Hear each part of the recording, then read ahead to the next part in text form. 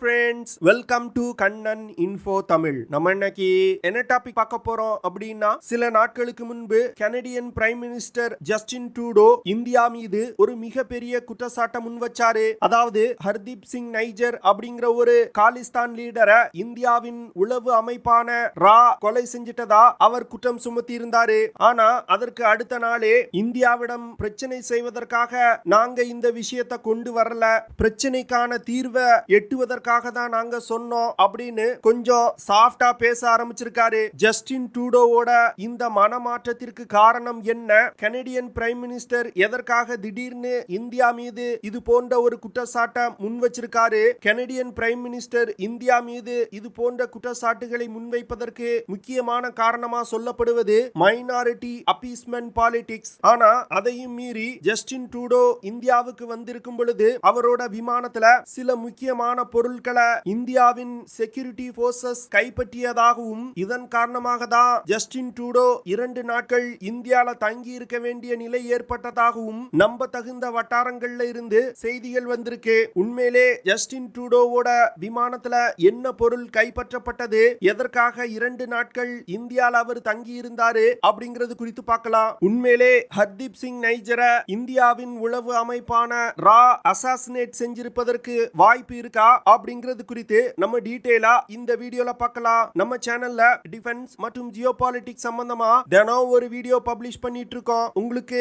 நம்ம சேனல்ல பப்ளிஷ் பண்ணக்கூடிய வீடியோஸ் பிடிச்சிருந்துச்சுன்னா சேனலை சப்ஸ்கிரைப் பண்ணி சப்போர்ட் பண்ணுங்க. நீங்க பண்ற ஒவ்வொரு சப்ஸ்கிரிப்ஷனும் எனக்கு அடுத்தடுத்த வீடியோஸ் போடுறதுக்கு ஒரு மோட்டிவேஷனா இருக்கும். Canadian prime minister Justin Trudeau இந்தியாவின் உளவு அமைப்பால் கொலை செய்யப்பட்ட ஹர்தீப் சிங் நைஜர் ஒரு கனடியன் சிட்டிசன் அப்படின்னு சொல்றாரு. ஆனா அந்த ஹர்தீப் சிங் நைஜர் இந்தியாவால் தேடப்படும் ஒரு காலிஸ்தான் பயங்கரவாதி. ஹர்தீப் சிங் நைஜர் 1997 வருடத்துல இருந்து கனடால தான் வசிச்சு வர்றாரு. இவர் கனடால காலிஸ்தான் பயங்கரவாத அமைப்பை பெரும் அளவுல வளர்த்து எடுத்திருக்காரு. அது மட்டும் இல்லாம இந்தியால நடந்த சில தாக்குதல்களுக்கு இவர் தலைமை ஏற்று நடத்தி வரும் காலிஸ்தான் டைகர் போர்ஸ் அப்படிங்கிற அமைப்பு தான் காரணமா இருந்திருக்கு. இதன் காரணமா இந்தியாவின் NIA ஹர்தீப் சிங் நைஜரை ஒரு தேடப்படும் தீவிரவாதியா அறிவிச்சிருக்காங்க. ஹர்தீப் சிங் நைஜரோட தலைக்கு 10 லட்சம் ரூபாய் பவுண்டிய NIA அறிவிச்சிருக்காங்க. இந்த ஹர்தீப் சிங் நைஜரை தான் இந்தியாவின் உளவு அமைப்பு கொலை செஞ்சிட்டாங்க அப்படின்னு ஜஸ்டின் ட்ரூடோ சொல்றாரு. கனடா காலிஸ்தான் தீவிரவாதிகளுக்கு இது போன்று சப்போர்ட் செய்வது இதுதான் முதல் முறையா அப்படின்னா அது இல்ல. இதற்கு முன்பு ஜஸ்டின் ட்ரூடோவோட தந்தை PS ட்ரூடோவும் காலிஸ்தான் அமைப்புக்கு சப்போர்ட் செஞ்சிருக்காரு. உதாரணத்துக்கு சொல்லணும்னா 1982 இந்திய அரசாங்கம் தல்விந்தர் பர்மார் அப்படிங்கிற ஒரு காலிஸ்தான் தீவிரவாதிய கனடால இருந்து நாடு கடத்தணும் அப்படின்னு கேட்டாங்க.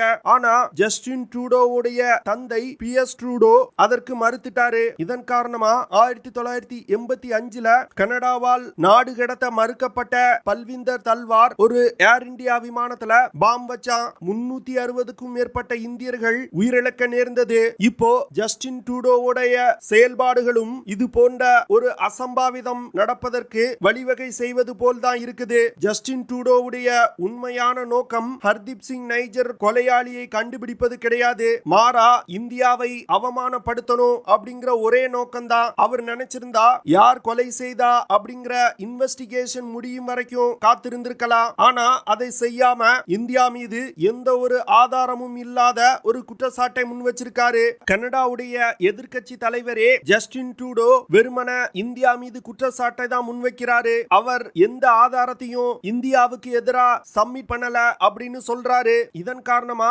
கனடால ஜஸ்டின் ட்ரூடோவுக்கு எதிரா பலமான எதிர்ப்பு கிளம்ப ஆரம்பிச்சிருக்கு. இவர் இந்தியா மீது வைத்த இந்த குற்றச்சாட்டு கனடாவுக்கு உலக அளவுல ஒரு மிகப்பெரிய அவமானத்தை ஏற்படுத்தி இருக்கு அப்படின்னு அவங்க சொல்றாங்க.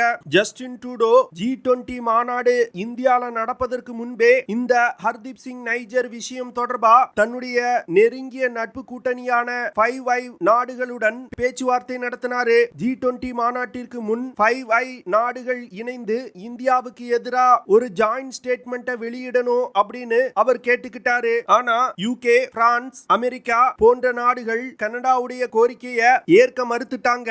5 கூட்டணி இந்தியாவுக்கு எதிரா ஜாயிண்ட் ஸ்டேட்மெண்ட் வெளியிட மறுத்ததே ஜஸ்டின் ட்ரூடோவுக்கு ஒரு ஆச்சரியத்தை கொடுத்திருக்கு.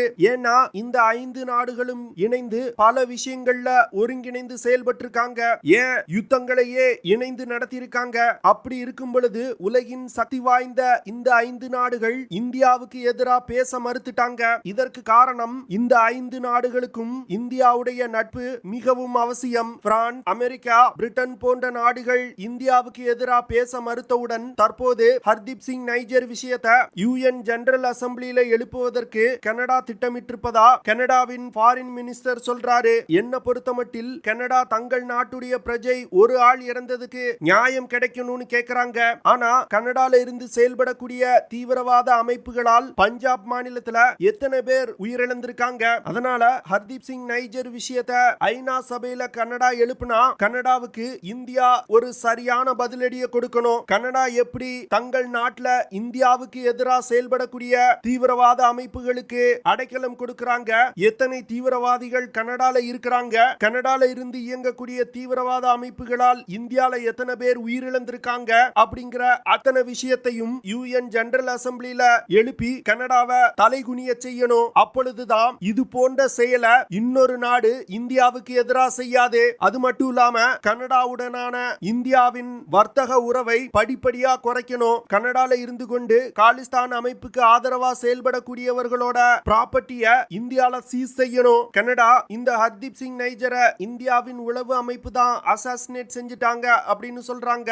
என்ன பொறுத்த மட்டில் இந்த விஷயம் நடந்திருந்துச்சுன்னா ரொம்பவும் சந்தோஷமான விஷயமா நான் பார்ப்பேன். ஏன்னா இதற்கு முன்பு இந்தியா இது போன்ற ஆபரேஷன்கள்ல ஈடுபட்டது மிகவும் குறைவு. எப்படி இஸ்ரேலுடைய மொசாட் உளவு அமைப்பு இஸ்ரேலுக்கு எதிராக செயல்படக்கூடியவங்களை அசாசினேட் செய்யறாங்களோ அதே போன்று இந்தியாவின் உளவு அமைப்பு தொடர்ந்து இந்தியாவுக்கு எதிராக செயல்படக்கூடிய தீவிரவாதிகளை அசாசினேட் செய்யணும். அப்பொழுதுதான் இந்தியாவுக்கு எதிராக செயல்படணும்னா ஒரு பயம் இருக்கும். அப்படி இல்லாம நம்ம ரொம்ப டிப்ளமேட்டிக்கா இது போன்ற விஷயங்களை ஹேண்டில் பண்ணோம்னா நமக்கு ஏமாற்றமே மிஞ்சும். அதனால இது போன்ற செயல்கள்ல இந்தியாவின் உளவு அமைப்பு தொடர்ந்து ஈடுபடணும் அப்படின்னு நான் நினைக்கிறேன். நீங்க என்ன நினைக்கிறீங்க அப்படிங்கறத கமெண்ட் பண்ணுங்க. அடுத்து இந்தியாவுக்கு G20 மாநாட்டிற்கு வந்த அத்தனை தலைவர்களும் மாநாடு முடிந்த உடனே தங்கள் நாட்டுக்கு கிளம்பிட்டாங்க.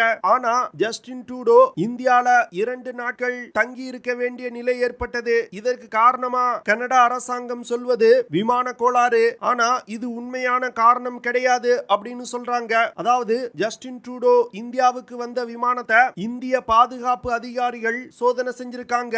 அப்பொழுது மோப்ப நாய்களை கொண்டு அந்த விமானத்தை சோதனை நடத்தியிருக்காங்க. அந்த சோதனையில ஜஸ்டின் ட்ரூடோவுடைய விமானத்துல போதை பொருள் கண்டுபிடிக்கப்பட்டதா சொல்லப்படுது. இதன் காரணமா கனடியன் பிரைம் மினிஸ்டரோட விமானத்தை இந்திய அரசாங்கம் சீஸ் செஞ்சிட்டாங்க அப்படின்னு சொல்றாங்க. இந்த செய்தி உண்மையா இருப்பதற்கு நிறைய வாய்ப்பு இருக்கு. ஏன்னா ஜஸ்டின் ட்ரூடோவுடைய விமானத்துல பிரச்சனை அப்படின்னா அவர் இந்தியால இயல்பா இருந்திருக்கலாம். அதை விட்டுட்டு ஹோட்டலை விட்டு வெளியவே வரல. அது மட்டும் இல்லாம கனடியன் எம்பசிக்கும் போகவே இல்ல. அவர் தங்கி இருந்த ஹோட்டல்ல ஹவுஸ் அரெஸ்ட் செஞ்சது போன்று இருந்தாரு. அது மட்டும் இல்லாம அவரை அழைத்து செல்வதற்கு கனடால இருந்து ஒரு விமானம் அனுப்பப்பட்டது. அந்த விமானம் இந்தியாவுக்கு வந்து கொண்டிருக்கும் பொழுது திடீர்னு யூகேவை நோக்கி பறந்து சென்று விட்டதா சொல்லப்படுது. பிரதமரை அழைப்பதற்கு வரக்கூடிய விமானம் எதற்காக திடீர்னு யூகேக்கு திருப்பி விடப்பட்டது? இதுல இருந்து ஜஸ்டின் ட்ரூடோ வந்த விமானத்துல ஏற்பட்ட விமான கோளாறு காரணமா அவர் இந்தியால தங்கி இருக்கல அப்படிங்கிறது தெளிவா தெரியுது. அப்படி விமான கோளாறுனா ஏன் அவரை அழைத்து செல்வதற்கு வந்த விமானத்தை திடீர்னு பிரிட்டன் நாட்டிற்கு திருப்பி விட்டாங்க? இதன் காரணமா தான் ஜஸ்டின் ட்ரூடோ G20 மாநாடு முடிந்த பிறகும் இந்தியால தங்கி இருக்க வேண்டிய நிலை ஏற்பட்டது அப்படின்னு சில நம்ப தகுந்த வட்டாரங்கள்ல இருந்து செய்திகள் வந்திருக்கு. இந்த விஷயங்களை மனதில் வைத்துக் கொண்டுதான் ஜஸ்டின் ட்ரூடோ இந்தியா மீது இது போன்ற குற்றச்சாட்டுகளை முன்வைக்கிறாரு அப்படின்னு சில டிஃபென்ஸ் எக்ஸ்பர்ட் சொல்றாங்க. இன்னும் சில டிஃபென்ஸ் எக்ஸ்பர்ட்ஸ் வேறு மாதிரியான காரணங்களை சொல்றாங்க. அதாவது ஜஸ்டின் ட்ரூடோ G20 மாநாட்டில் கலந்து கொள்வதற்காக இந்தியாவுக்கு வந்திருக்கும் பொழுது இந்தியாவின் national security adviser Ajit Doval கனடால இந்தியாவுக்கு எதிராக நடக்கக்கூடிய விஷயங்கள் குறித்து கடுமையான கண்டனங்களை பதிவிட்டதாகவும் கனடா காலிஸ்தான் தீவிரவாதிகளுக்கு ஆதரவா செயல்படக்கூடிய பலமான ஆதாரங்களை அவங்க கிட்ட காண்பித்ததாகவும் சிலர் சொல்றாங்க. National security adviser Ajit Doval Australia, Britain, America போன்ற நாடுகளிடமும் தங்கள் நாட்டில் இருக்கக்கூடிய காலிஸ்தான் தீவிரவாதிகள் குறித்து பல விஷயங்களை சொன்னாங்க. ஆனா யூகே, ஆஸ்திரேலியா போன்ற நாடுகள் தீவிரவாதிகள் இந்த விஷயத்தை பாசிட்டிவா எடுத்துக்கிட்டாங்க. ஆனா Canadian prime minister Justin Trudeau இந்த விஷயத்தை அவருடைய அரசியல் லட்சியங்களுக்கு எதிரான விஷயமா பார்க்கிறாரு. ஏன்னா கனடால கணிசமான சீக்கியர்கள் வாழ்றாங்க. ஒரு சீக்கிய அமைப்பின் உதவியோடு தான் ஜஸ்டின் ட்ரூடோ தற்போது ஆட்சியை நடத்தி வந்துகிட்டு இருக்காரு. இதன் காரணமா தான் ஜஸ்டின் ட்ரூடோ இந்தியாவுக்கு எதிராக செயல்படக்கூடிய காலிஸ்தான் தீவிரவாதிகளுக்கு எதிராக எந்த ஒரு ஆக்ஷனையும் எடுக்க மறுக்கிறாரு. இந்தியா கனடாவிடம் 23 காலிஸ்தான் தீவிரவாதிகள் அடங்கிய பட்டியலை முன்பே கொடுத்துட்டாங்க.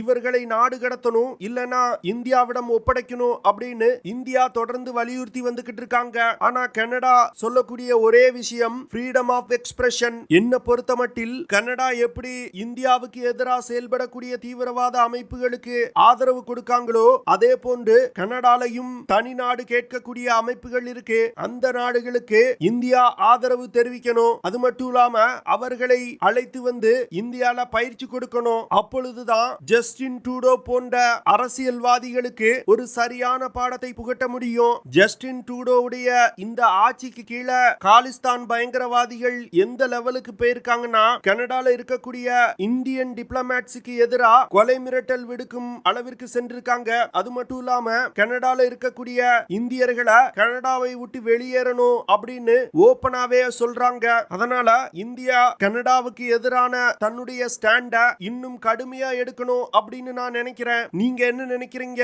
இந்தியா கனடாவுக்கு எதிராக எடுத்திருக்கக்கூடிய ஸ்டெப்ஸ் போதுமா? இன்னும் கடினமான ஆக்ஷனை கனடாவுக்கு எதிராக எடுக்கணுமா அப்படின்னு? ஓகே ஃப்ரெண்ட்ஸ், நம்ம வீடியோவோட நிறைவு பகுதிக்கு வந்துட்டோம். இதெல்லாம் தான் நான் உங்ககிட்ட ஷேர் பண்ணணும் அப்படின்னு நினைச்ச விஷயங்கள். ஐ ஹோப் நான் ஷேர் பண்ண விஷயங்கள் உங்களுக்கு பிடிச்சிருக்கும்னு நினைக்கிறேன். அப்படி பிடிச்சிருந்துச்சுன்னா ஷேர் பண்ணுங்க, லைக் பண்ணுங்க, கமெண்ட் பண்ணுங்க. மறக்காம நம்ம சேனலுக்கு சப்ஸ்கிரைப் பண்ணுங்க. அப்படியே அந்த பெல் நோட்டிபிகேஷனை கிளிக் பண்ணி ஆல்ங்கிற ஆப்ஷனை எனேபிள் பண்ணிக்கங்க. See you in the next video. Jai Hind.